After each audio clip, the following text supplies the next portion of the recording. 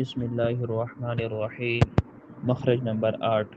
هر کله چې د ژبې ډډه د بر جامو د غاښونو ویښونو سره ولګي نو د هغې نه غواد ادا کیږي. که د ښي طرف نه وي او که د ګس طرف نه.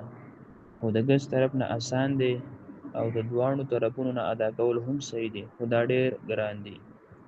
او د حرف ته یې غواد ته حافیه، ضرسیه، مستطیله او اصحاب الحروف وای. حافیه ورته ځکه وای چې حاف وای د ژبې ډډې ته، او دا هم د ژبې د ډډې نه ادا کیږي.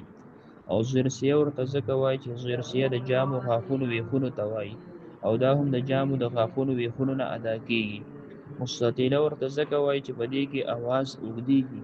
او اصحاب الحروف ورته ځکه وای چې دا په ټولو حروفو کې، دا په ټولو حرفونو کې ډېر ګران دی.